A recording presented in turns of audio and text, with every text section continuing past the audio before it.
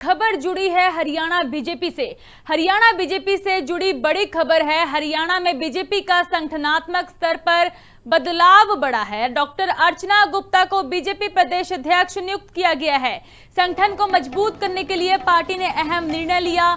43 साल बाद कोई महिला हरियाणा बीजेपी की अध्यक्ष बनी है। डॉक्टर अर्चना गुप्ता को ये जिम्मेदारी दी गई। 43 साल बाद कोई महिला हरियाणा बीजेपी की अध्यक्ष चुनी गई है।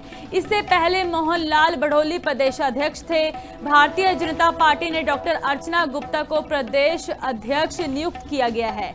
वे फिलहाल हरियाणा प्रदेश महामंत्री जनरल सेक्रेटरी के रूप में सक्रिय भूमिका निभा रही हैं। वह पेशे से एक गोल्ड मेडलिस्ट रेडियोलॉजिस्ट भी हैं और इसी के साथ ही राजनीति में आने से पहले विश्व हिंदू परिषद की इंडियन हेल्थ लाइन में सक्रिय भी थी।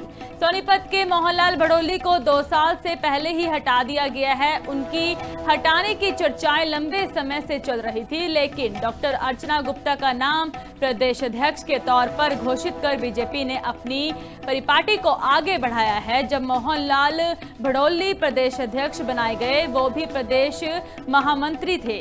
मोहनलाल भड़ोली 9 जुलाई 2024 को भारतीय जनता पार्टी के हरियाणा प्रदेश अध्यक्ष नियुक्त किया गया था, लेकिन अब बड़ी जिम्मेदारी दी गई है महिला को। हरियाणा में बीजेपी का संगठनात्मक स्तर और बढ़ता हुआ नजर आ रहा है।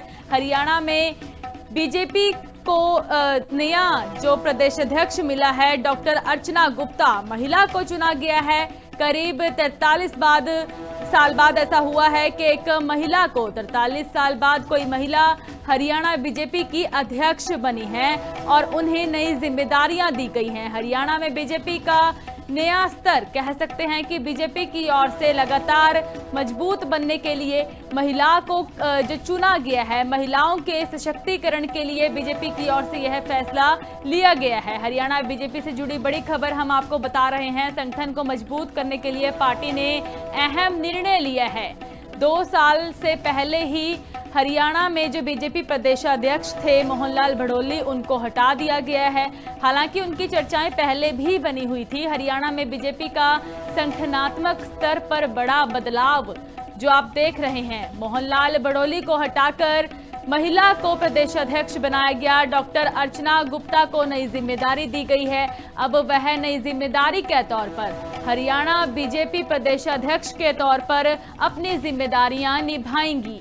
43 साल बाद कोई महिला हरियाणा बीजेपी की अध्यक्ष बनी है और हरियाणा बीजेपी की ओर से बड़ा फैसला आज लिया गया है। मुख्यमंत्री नायब सिंह सैनी अक्सर ही यह कहते हुए नजर आए हैं कि महिला सशक्तिकरण के लिए बड़े कदम हरियाणा सरकार की ओर से उठाए जा रहे हैं। तो बड़ा फैसला हरियाणा बीजेपी की ओर से लिया गया। हमारे साथ नेशनल एडिटर सुदेश नैनमोर फोन लाइन पर जुड़ चुकी हैं। सुदेश, बड़ा फैसला आज हरियाणा सरकार की ओर से लिया गया है। डॉक्टर अर्चना गुप्ता को प्रदेशाध्यक्ष बनाया गया है। बिल्कुल अनामिका, एक बड़ा फैसला है भारतीय जनता पार्टी की तरफ से हरियाणा में। और महिलाओं को लेकर जिस तरीके से महिला आरक्षण की बातें हुई, संसद में बिल लेकर आई, संशोधन बिल था वो, उसके बाद जैसे वो बिल गिरा संसद में, तो उसके बाद लगातार ये आरोप लगाए जाते बीजेपी की तरफ से कि नारियों का अपमान है, उनके हक की बात नहीं करता विपक्ष। और अब एक आप कैसे मास्टर स्ट्रोक है, लगातार ऐसी चर्चाएं थी कि मोहनलाल भड़ोली को हटाया जाएगा और लंबे वक्त की जो चर्चाएं थी, एक रेप केस में उनके ऊपर आरोप लगे थे कसौली का, अगर आपको ध्यान हो, वो पूरा मामला काफी सुर्खियां बटोर रहा था। उसके बाद भी कई बार ऐसा हुआ कि संगठन विस्तार होगा, संगठन में नए चेहरों को मौका दिया जाएगा, लेकिन लंबे वक्त के बाद अब बदलाव हुआ है और महिला को कमान सौंपी है। अपने आप में एक बहुत महत्वपूर्ण फैसला है। सालों बाद बीजेपी ने एक महिला को फिर से पार्टी की जिम्मेदारी सौंपी है।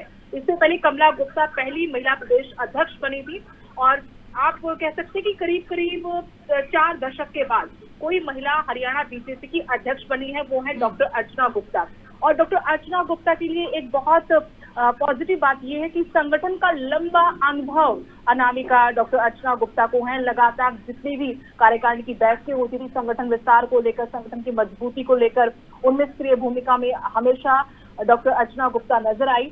और बंतो कटारिया के नाम भी सुर्खियों में था कि चर्चाएं थी, अटकलें थी कि वो भी बन सकती है, उनको भी दिया जा सकता है। तो उस परिवार के साथ प्रधानमंत्री नरेंद्र मोदी का अपना स्नेह रहा, उनके स्वर्गीय पति के साथ, रतला कटारिया के साथ। लेकिन और दूसरा वो दलित चेहरा भी थी।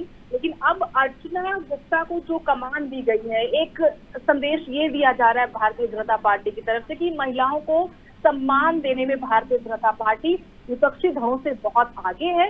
दूसरा महत्वपूर्ण पहलू इस फैसले का ये है कि मोहनलाल ब्रौली को लेकर लगातार अटकलें थी, कहीं ना कहीं उनके काम को लेकर तो सवाल नहीं उठे, क्योंकि कई चुनाव रहे जो कामयाबीपूर्ण बीजेपी ने जीते हैं हरियाणा में।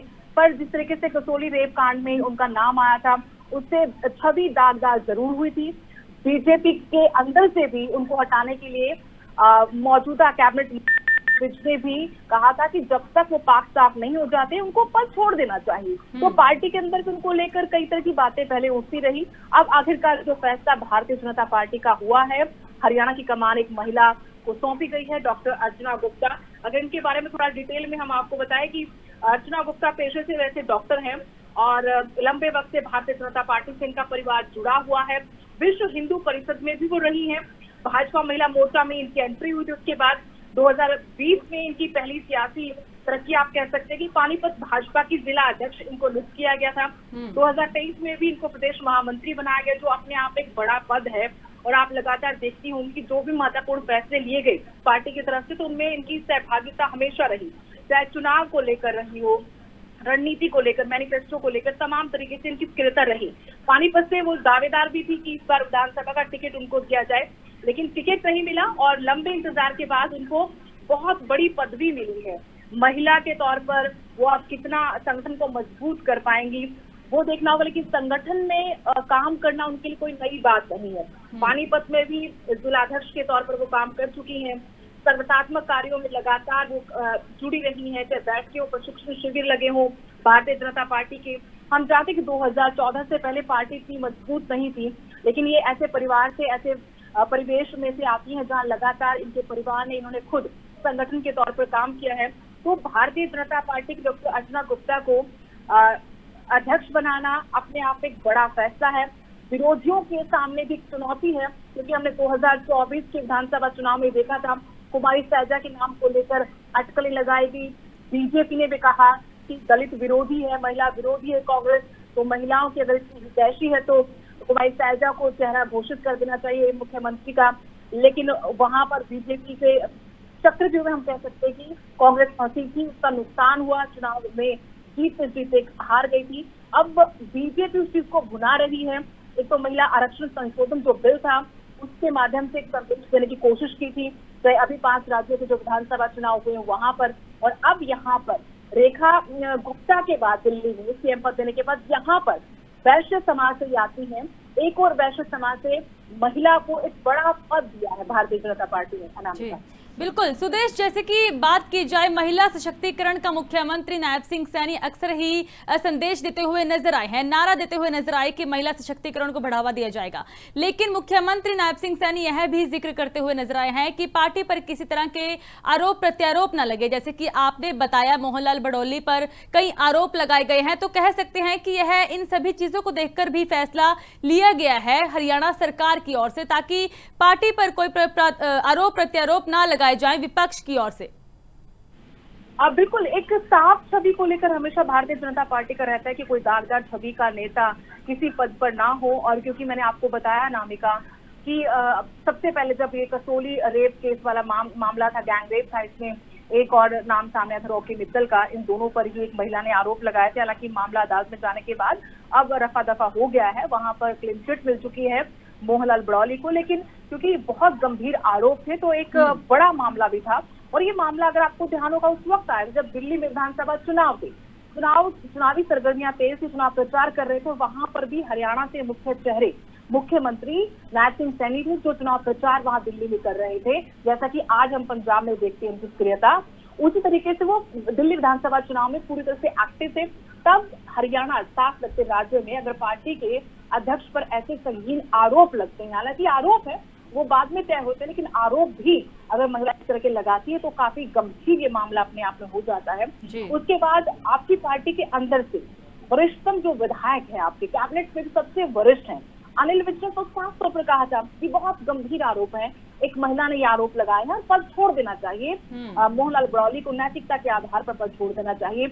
एक वही ऐसे चेहरे थे जो मुखर होकर इस पूरे मामले पर बोले थे, क्योंकि डैमेज कंट्रोल करने की कोशिश की थी भारतीय जनता पार्टी ने, हरियाणा सरकार ने भी, किसी चुनाव थे दिल्ली में और उसका असर वहां पर पड़ सकता था, विपक्षी पार्टी उसको भुना सकती थी, तो तब चुप्पी साध कर बैठे थे। लेकिन उस वक्त से ही लगातार ये चर्चाएं चलती रही कि मोहनलाल ब्रौली इस पद पर बहुत दिनों तक नहीं रहेंगे, उनको हटाया जा सकता है। अगर हटाया जा सकता है तो फिर किसे लाया जा सकता है, ये भी बहुत चर्चाएं रही। और हमने बीच बीच में कई नाम ऐसे सुने भी कि सतीश पूनिया हो सकते हैं, बंतो कटारिया हो सकते हैं। लेकिन अब जो नाम आया है वो नाम कई, आप कह सकते एक चीज से कई निशाने साधे हैं भारतीय जनता पार्टी ने। एक तो महिला है, वो अपने आप में वैश्य समाज से आती हैं और संगठन का अनुभव है, कोई ये भी नहीं कि पैराशूट लैंडिंग उनकी हो गई हो। तो किसी भी तरीके से हम देखें, बीजेपी बहुत सोच समझकर एक रणनीति के तहत फैसला करती है और ये मास्टर स्ट्रोक है भारतीय जनता पार्टी का। ठीक है सुदेश, बहुत बहुत धन्यवाद हमारे साथ जुड़ने के लिए।